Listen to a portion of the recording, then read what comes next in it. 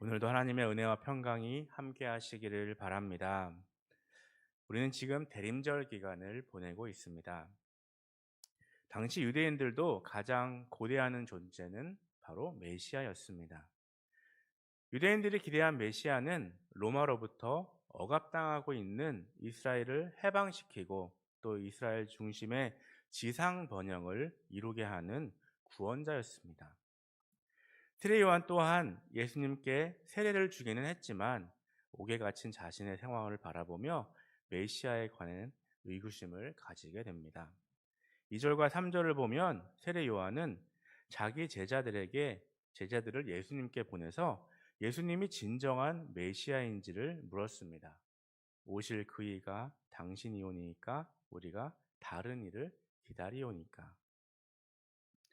요한은 자기가 예수님께 물로 세례를 베풀면서 예수님이 그리스도임을 선포했음에도 불구하고 정말로 그 예수님이 지금까지 기다려온 그리스도가 맞는지를 확인하고 싶었던 것입니다. 그것은 요한 자신이 생각했던 그리스도의 모습과 예수님의 모습이 달랐기 때문이었습니다. 이처럼 자기들의 생각과 가치관에 의해 판단한 그리스도의 상을 가진 사람들이 있습니다. 그래서 자기의 판단에서 조금이라도 벗어나면 그가 정말로 그리스도인지를 의심하고 부정하기도 합니다. 예수님 당시 유대인들이 예수님을 배척한 것도 같은 이유에서였습니다. 유대인들은 그리스도는 왕이며 이스라엘의 구원자라고 생각했는데 예수님의 모습은 그들의 생각과 너무나 거리가 멀었던 것입니다. 그래서 유대인들은 하나님께서 보내신 진정한 그리스도가 그들 곁에 있었음에도 오히려 그리스도를 십자가에 못 박고 오늘도 여전히 다른 그리스도를 기다리고 있는 것입니다. 이들은 그리스도에 대한 갈망은 있지만 진정한 그리스도를 볼 수 있는 영적 눈은 없는 사람들이었습니다. 따라서 우리는 아직도 다른 그리스도를 기다리는 사람들에게 유일한 구원자이신 예수님을 전해야 합니다. 그래서 바울도 곳곳을 다니며 예수님이 곧 하나님께서 보내신 진정한 그리스도라고 증언했던 것입니다. 만물의 창조주이신 하나님께서 보내신 그리스도는 오직 예수님일 뿐 그 밖에 다른 사람은 될 수 없습니다. 이렇게 분명한 그리스도가 우리 곁에 있음에도 다른 그리스도를 기다리는 사람들이 있다니 이 얼마나 어리석고 또 안타까운 일입니까? 그러므로 우리는 예수를 나의 그리스도로 믿고 또 아직도 다른 그리스도를 기다리고 있는 많은 사람들에게 예수의 이름을 전하는 바울의 모습을 소유해야 하겠습니다. 예수님은 요한의 제자들에게 자신을 통하여 이루어지고 있는 참된 메시아의 모습을 알려주십니다. 그것은 바로 맹인, 못 걷는 사람, 나병 환자, 못 듣는 자, 죽은 자, 가난한 자로 대표되는 세상의 가장 작은 자들이 예수님을 통하여 치유와 회복을 경험하고 복음을 누리게 되는 것에 관한 말씀이었습니다. 4절을 보면 예수님께서는 요한의 질문을 가지고 온 요한의 제자들에게 너희가 가서 듣고 보는 것을 요한에게 알리라라고 대답하셨습니다. 이러한 예수님의 대답은 어떻게 보면 요한의 의구심을 풀어주기에 부족한 것처럼 보일 수 있습니다. 하지만 예수님의 대답은 부족한 것이 아니었습니다. 왜냐하면 요한의 제자들이 보고 듣는 것은 구약에 계시된 말씀의 성취였기 때문입니다. 예수님께서는 요한에게 직접적인 대답 대신 그리스도에 대한 하나님의 말씀이 그 당신을 통해 그대로 성취되고 있음을 요한의 제자들로 증언케 하심으로 그의 의혹을 불식시키고 더욱 확고한 신앙을 갖도록 하신 것입니다.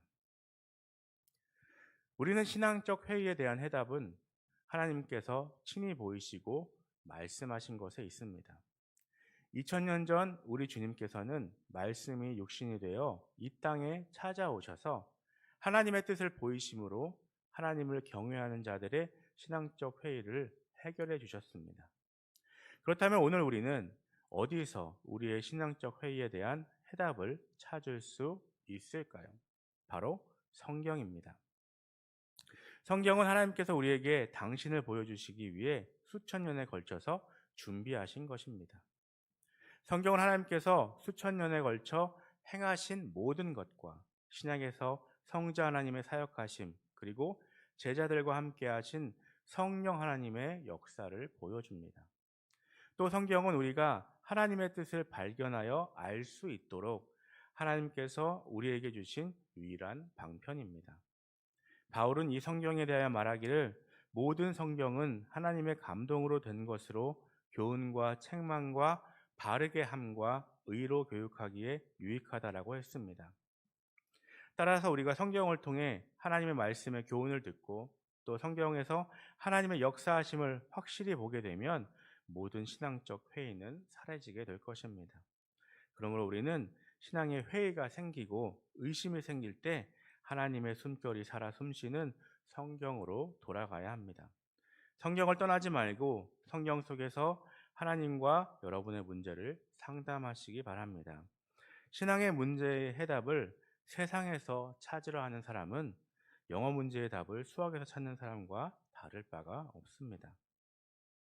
자신이 신앙적 회의에 빠지게 되었을 때 성경을 통해 하나님께서 나에게 말씀하신 것이 무엇인지 또 보이신 것이 무엇인지를 발견하여 더 확고한 신앙을 갖는 지혜로운 성도님들이 되시기를 바랍니다. 5절을 보면 주님께서는 자신의 사역과 관련하여 맹인이 보며 못 걷는 사람이 걸으며 나병 환자가 깨끗함을 받으며 못 듣는 자가 들으며 죽은 자가 살아나며 가난한 자에게 복음이 전파된다고 말씀하셨습니다. 이것은 메시아에 관한 이사야의 예언을 염두에 주시는 말씀입니다.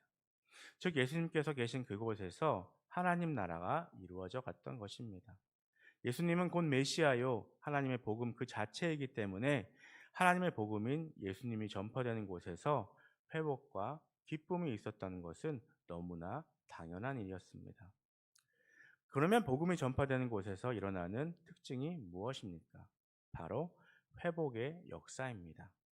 예수 그리스도의 복음이 전파되는 곳에서는 병든 몸이 고침을 받고 온전한 건강을 회복하는 은혜가 있습니다. 또 상한 심령이 치유받음으로 누리는 온전한 평안함이 있습니다. 그리고 사단과 귀신에게 억눌리고 포로되었던 영혼들이 노임을 받고 자유하는 기쁨이 있습니다. 그래서 그리스도로 말미암아 거라사의 광인은 강한 군대 귀신에게서 노임받아 회복될 수 있었고 또 그리스도의 이름으로 성전 미문에서 구걸하던 안진뱅이는 회복되어 일어날 수 있었던 것입니다. 이처럼 예수 그리스도의 복음이 선포되는 곳에서 회복의 역사가 일어납니다.